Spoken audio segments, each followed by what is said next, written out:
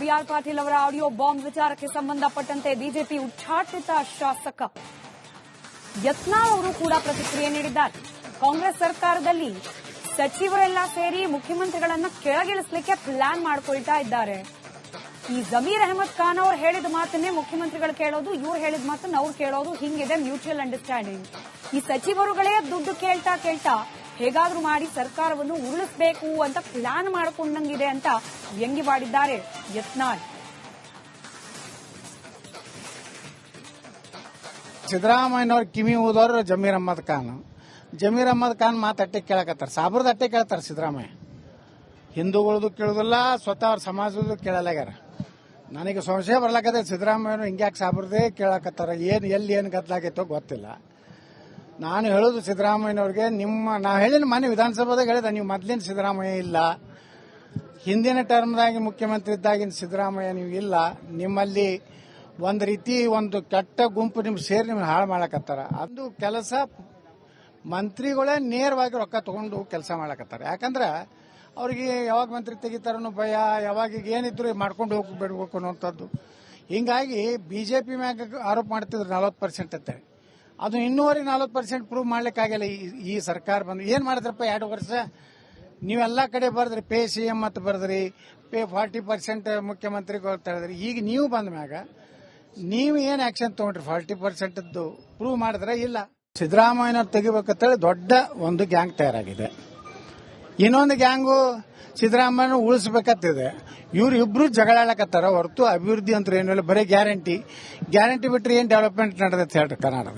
ಅವ್ರದ್ದೇ ಸಂಚು ನಡೆದಿದೆ. ಸಿದ್ದರಾಮಯ್ಯನವ್ರನ್ನ ಸಂಪೂರ್ಣವಾಗಿ ಅವ್ರನ್ನ ಒಂದು ರೀತಿ ಅಪಮಾನ ಮಾಡೋದು, ಅವ್ರನ್ನ ಮಾನಸಿಕವಾಗಿ ಅವರಿಗೆ ಒಂದು ರೀತಿ ಗೊಂದಲಕ್ಕೆ ಬಿದ್ದು ಬೇಡಪ್ಪ ಸಾಕು ಅಂತೇಳಿ ರಾಜೀನಾಮೆ ಕೊಟ್ಟು ಹೋಗಲಿ ಅನ್ನೋ ಪರಿಸ್ಥಿತಿ ಇವತ್ತು ಕಾಂಗ್ರೆಸ್ನಲ್ಲಿ.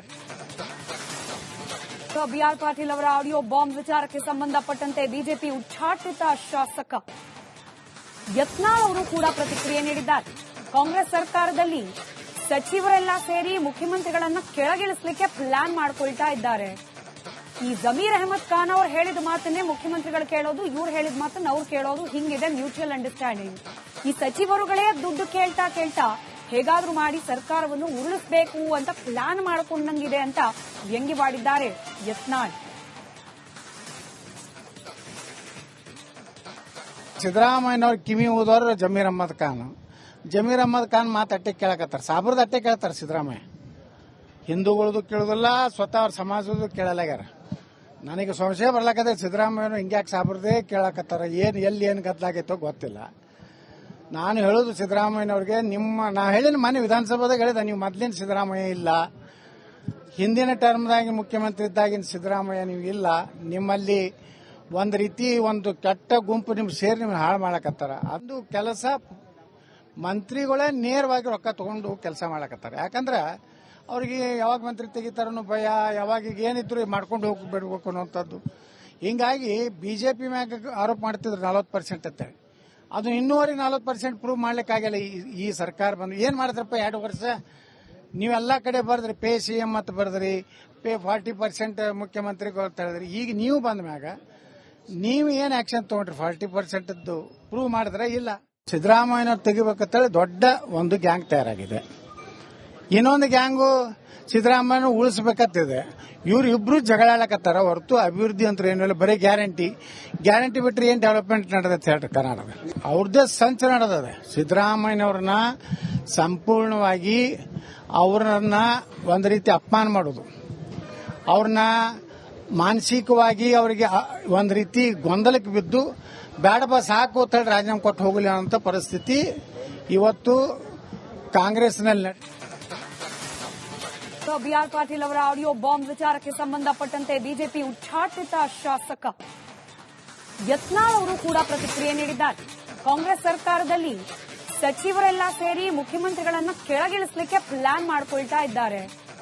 ಈ ಜಮೀರ್ ಅಹಮದ್ ಖಾನ್ ಅವರು ಹೇಳಿದ ಮಾತನ್ನೇ ಮುಖ್ಯಮಂತ್ರಿಗಳು ಕೇಳೋದು, ಇವ್ರು ಹೇಳಿದ ಮಾತನ್ನ ಅವ್ರು ಕೇಳೋದು, ಹಿಂಗಿದೆ ಮ್ಯೂಚುವಲ್ ಅಂಡರ್ಸ್ಟ್ಯಾಂಡಿಂಗ್. ಈ ಸಚಿವರುಗಳೇ ದುಡ್ಡು ಕೇಳ್ತಾ ಹೇಗಾದ್ರೂ ಮಾಡಿ ಸರ್ಕಾರವನ್ನು ಉರುಳಿಸಬೇಕು ಅಂತ ಪ್ಲಾನ್ ಮಾಡಿಕೊಂಡಂಗಿದೆ ಅಂತ ವ್ಯಂಗ್ಯವಾಡಿದ್ದಾರೆ ಯತ್ನಾಳ್. ಸಿದ್ದರಾಮಯ್ಯನವ್ರ ಕಿವಿ ಊದೋರು ಜಮೀರ್ ಅಹ್ಮದ್ ಖಾನ್ ಮಾತು ಅಟ್ಟೆ ಕೇಳಕತ್ತಾರ. ಸಾಬ್ರದ ಅಟ್ಟೆ ಕೇಳ್ತಾರೆ ಸಿದ್ದರಾಮಯ್ಯ. ಹಿಂದೂಗಳದು ಕೇಳುದಿಲ್ಲ, ಸ್ವತಃ ಅವ್ರ ಸಮಾಜದ ಕೇಳಲಾಗ್ಯಾರ. ನನಗೆ ಸಂಶಯ ಬರ್ಲಾಕತ್ತೆ ಸಿದ್ದರಾಮಯ್ಯನು ಹಿಂಗ್ಯಾಕೆ ಸಾಬ್ರದೇ ಕೇಳಕತ್ತಾರ. ಏನು ಗದ್ದಲಾಗೈತೋ ಗೊತ್ತಿಲ್ಲ. ನಾನು ಹೇಳೋದು ಸಿದ್ದರಾಮಯ್ಯನವ್ರಿಗೆ, ನಾ ಹೇಳಿನ ಮನೆ ವಿಧಾನಸಭಾದಾಗ ಹೇಳಿದೆ, ನೀವು ಮೊದ್ಲಿನ ಸಿದ್ದರಾಮಯ್ಯ ಇಲ್ಲ, ಹಿಂದಿನ ಟರ್ಮ್ದಾಗಿ ಮುಖ್ಯಮಂತ್ರಿ ಇದ್ದಾಗಿನ ಸಿದ್ದರಾಮಯ್ಯ ನೀವು ಇಲ್ಲ. ನಿಮ್ಮಲ್ಲಿ ಒಂದು ರೀತಿ ಒಂದು ಕೆಟ್ಟ ಗುಂಪು ಸೇರಿ ನಿಮ್ಮನ್ನು ಹಾಳು ಮಾಡಕತ್ತಾರ. ಅದು ಕೆಲಸ ಮಂತ್ರಿಗಳೇ ನೇರವಾಗಿ ರೊಕ್ಕ ತಗೊಂಡು ಕೆಲಸ ಮಾಡಕತ್ತಾರ. ಯಾಕಂದ್ರೆ ಅವ್ರಿಗೆ ಯಾವಾಗ ಮಂತ್ರಿ ತೆಗಿತಾರನ್ನೋ ಭಯ, ಯಾವಾಗ ಏನಿದ್ರು ಮಾಡ್ಕೊಂಡು ಹೋಗ್ಬಿಡ್ಬೇಕು ಅನ್ನೋಂಥದ್ದು.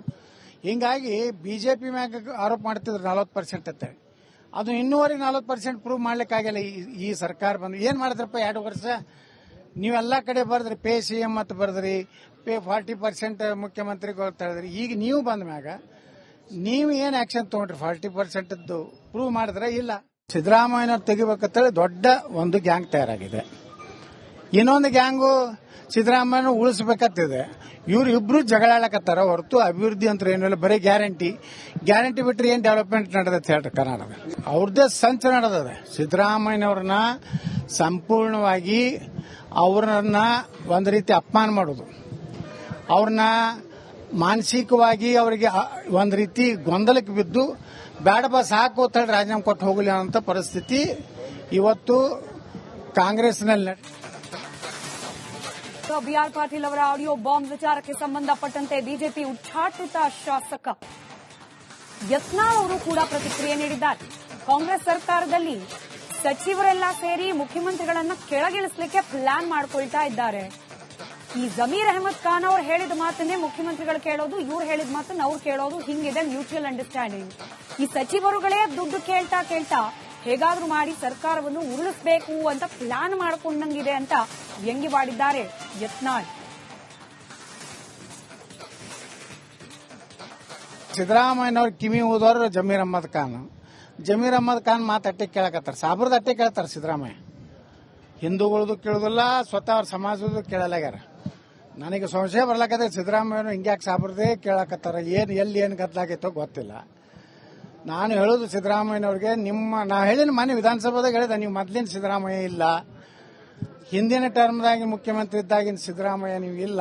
ನಿಮ್ಮಲ್ಲಿ ಒಂದು ರೀತಿ ಒಂದು ಕೆಟ್ಟ ಗುಂಪು ಸೇರಿ ನಿಮ್ಮನ್ನು ಹಾಳು ಮಾಡಕತ್ತಾರ. ಅದು ಕೆಲಸ ಮಂತ್ರಿಗಳೇ ನೇರವಾಗಿ ರೊಕ್ಕ ತಗೊಂಡು ಕೆಲಸ ಮಾಡಕತ್ತಾರ. ಯಾಕಂದ್ರೆ ಅವ್ರಿಗೆ ಯಾವಾಗ ಮಂತ್ರಿ ತೆಗಿತಾರನ್ನೋ ಭಯ, ಯಾವಾಗ ಏನಿದ್ರು ಮಾಡ್ಕೊಂಡು ಹೋಗ್ಬಿಡ್ಬೇಕು ಅನ್ನೋಂಥದ್ದು.